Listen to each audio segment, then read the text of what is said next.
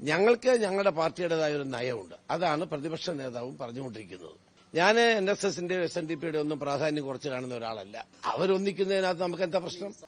മുഖ്യമന്ത്രിയുടെ എല്ലാ പ്രസംഗങ്ങളും പരിശോധിച്ചാൽ വളരെ വ്യക്തമായി തന്നെ സമൂഹത്തെ വിഭജിക്കാനും ജനങ്ങളെ വർഗീയമായി ചേരിതിരിവുണ്ടാക്കാനും ശ്രമിക്കുന്നതാണ്. മുഖ്യമന്ത്രിയുടെ വാക്കുകളെ തുടർന്നാണ് ഇന്നലെ സജി ചെറിയാൻ വളരെ ആപൽക്കരമായ അപകടകരമായ ഒരു പ്രസംഗം ആലപ്പുഴയിൽ നടത്തിയത്. അദ്ദേഹം കാസർകോട്ടെയും മലപ്പുറത്തെയും തെരഞ്ഞെടുക്കപ്പെട്ട മെമ്പർമാരുടെ എണ്ണം പറഞ്ഞുകൊണ്ട് നടത്തിയ പ്രസംഗം എനിക്കത് ആവർത്തിക്കാൻ പോലും കഴിയില്ല. എത്ര അപകടകരമായ ഒരു പ്രസംഗമാണ്.